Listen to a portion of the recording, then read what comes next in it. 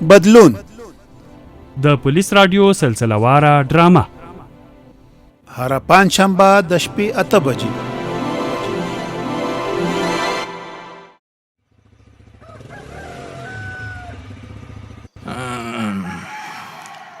داسې به وکړو چې لمنځونه به وکړو او بیا به ویده شو. هو د پیري وخت مو هسې هم بدل شو، خوب هم راځي، ستړي یو ځکه ټوله شپه مو ګزمه وکړه. بس دا زموږ دنده ده، وایي چې پولیس بیدار وي، ولس د بېغمه خوبونه کوي، نو ځکه خو موږ خپله دنده په خوشحالۍ سره مخته وړو. خو هغې غونډۍ سره به څه کوو؟ د هغې خو هم څه غم خوړل پکار دي. دا ښه شوه چې رایاده دې کړه، خو هغې غونډۍ هم پام کول اړین دي. ستاسو څه فکر دی چې هغې کندې نه به یې څه ویستلي وي او که نه لا به بریالي شوي نه وي؟ څومره چې ما ته معلومیږي نو یو څه خو هرومرو په لاس ورغلي دي، او خو موږ به کوښښ کوو چې دا خلک را پیدا کړو او د قانون منګولو ته یې وسپارو، ځکه چې دا ملي ارزښتونه او شتمني ده. د دې ساتل زموږ دنده ده تر څو راتلونکي نسلونو ته زموږ امانتداري او ایمانداري معلومه شي. نو څه به کوو قمندان صاحب؟ د غونډۍ څوکیداري ته به څوک کېنوي او که نه کومه بله لار به غوره کوې؟ نه مجیده، څوکیداران خو نشو ورته کېنولی، ځکه نفر مو هم کم دی. که هلته ورته څوکیداران کېنوو نو بیا به نور ځایونه په چا ساتو؟ ښه، نو بیا مو څه فکر ورته کړی؟ هو مجیده، فکر مې همدا دی چې د ګزمې والا هر وخت ځي نو هرومرو به د غونډۍ خواته ورځي، او بله دا چې په کلي کې مو کوم پټ سرګاران دي هغوی به هم معلومات راکوي، تر څو هغه نفر پیدا کړو چې کندې یې ویستلي دي. کله چې هغه نفر پیدا کړو او بیا به موږ ته معلومه شي چې له هغې ځای څخه یې تاریخي اثار وړي او که نه. بس دا خو ډېره ښه خبر ده. قمندان صاحب، اوس به لاړ شو چې لمونځونه مو قضا نه شي. هو رښتیا، راځه چې لمونځ وکړو، ناوخته شو.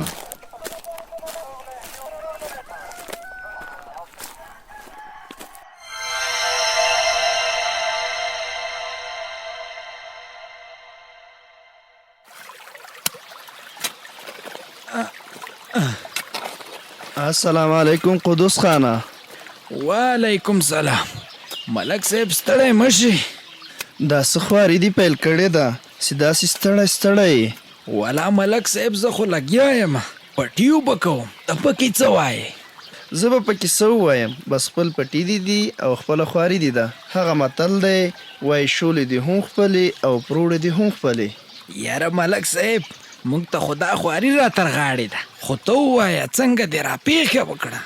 زه خو اصل کې یوې اړینې خبرې ته درته راغلی یم. ما ویل چې په وخت غم وخورې نو ښه به وي.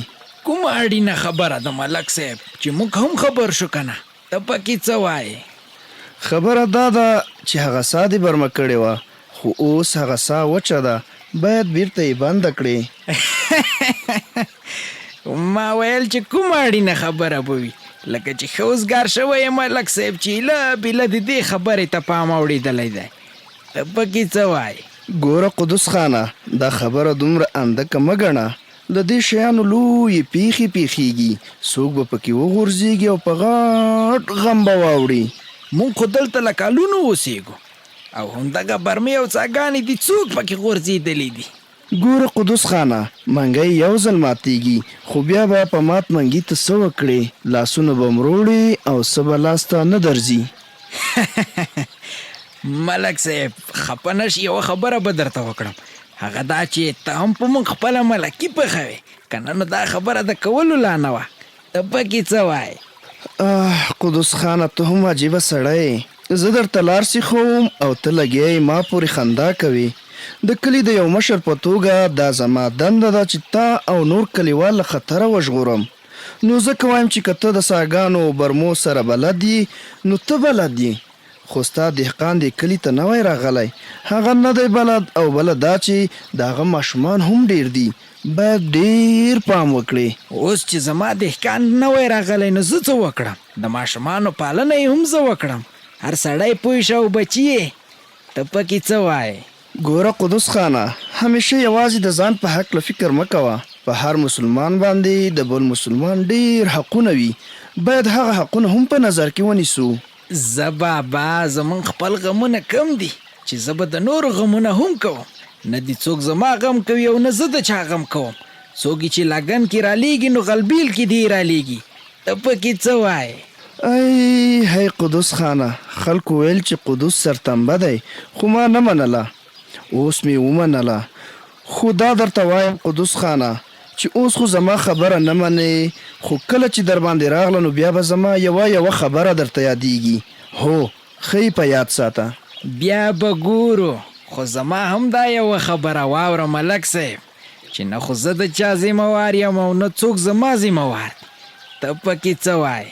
بس اوس چې ته نه منې نو بیا هغه ساعت او هغه مسلات.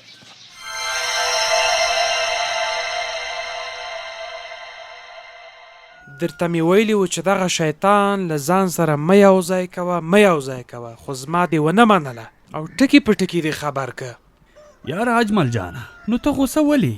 خانۍ د تېښتې سړی نه دی، او که وتښتي نو کومه خوا به وتښتي؟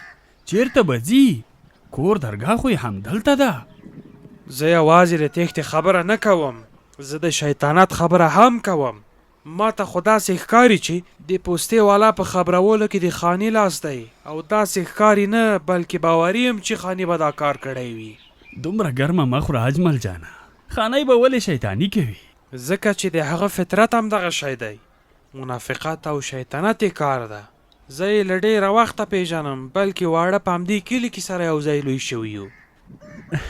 نو ولې ګرانه، زه د بل کلي یم، خو زه هم د همدې کلي یم او په همدې کلي کې رالوی شوی یم. خانۍ زه هم پیژنم، دومره بد هم نه دی څومره چې ته پرې بدګمانه یې. بله دا چې خاني ته د شیطانت ګټه څه ده؟ په شیطانت کې خو د هغه هم تاوان دی. او زه څه ووایم که خانۍ دومره کمعقل وي چې خپله ګټه او تاوان نه پیژني؟ هی نو کاش خانۍ دومره هوښیار وای. ته به وګوره چې څومره زیانونه درته د خاني د کمعقلتوب په وجه در راوړي. دا اوس وګوره چې بوت یې وړ او چېرته به بېغمه ناست وي، تر اوسه یې سر هم راښکاره نه کړ. یاره زما په فکر دا هر څه د لټۍ نه کوي، او بله دا چې څه پرې شوي نه وي. د خاني د کور ړنګ شي چې څه پرې کېږي ودی شي، خو چې هغه بت روغ و جوړ ترلاسه کو، په خاني مې ولاکه چرت خراب وي. ما سره غم د بت دی بت. او تم ښه خبره کوي. نو اوس هغه خو رانغی، ته څه وایې چې څه باید وکړو؟ زه خو وایم چې ورشو د خاني کور ته، هغه بت ترې راواخلو او خانه یې همداسې نیمه خوا پرېږدو. په دې کار کې خو نه ښایي چې له ځان سره یې شریک کړو. دا نورې خبرې د له احساساتو ټکې دي. البته کور ته ورپسې د ورتګ خبره دې سمه ده، خو باید ډېر احتیاط وکړو تر څو څوک را باندې شکمن نشي. ډېر باید پام وکړو. مونږ خو به کور ته پسې ورشو، خو آیا هغه به کور کې وي که نه؟ اوس خو یو بله اندېښنه را پرېوته. دا بیا د څه شي اندېښنه در پرېوته؟ اندېښمن خانه، تل مدام ته یې و همدا اندېښنې ځان دې پرې تباه کړ. وایم لږه ګزاره کوه، یو څه دې په ځان باندې هم زړه وسوځوه. هی بس چې خاني غوندې خلک را سره شریک وي نو اندېښنې خو به خود را سره وي. اوس ته اندېښنې راته وایې او که همداسې ایخوا او دیخوا خبرې کوې. زه د هیڅ د خبرې په سر او بیخ باندې نه پوهېږم. باور دې وشه، له ډېرې غصې مې ماغزه کار نه کوي. اوف اندېښنه مې دا ده چې هسې خاني له فرصت نه ګټه نه وي پورته کړې او بت یې په چا خرڅ کړی نه وي. ځکه د موټر سایکل د غږ سره یې د بت بوجې په شا کړه او په ثانیو کې له سترګو ځان پناه کړه. تر څو مو چې له خاني سره کتلې نه وي نو دا اندېښنې به راسره وي. که زما منې باید په خاني پسې ورشو. که کور کې و نو وبه یې وینو او اندېښنې به مو ختمې شي، او که کور کې نه و نو بیا به یې غم وخورو. بیا نه ګورې څه ته، ځه چې ورشو. ځه سمه ده، ځه نو در ولاړ شه.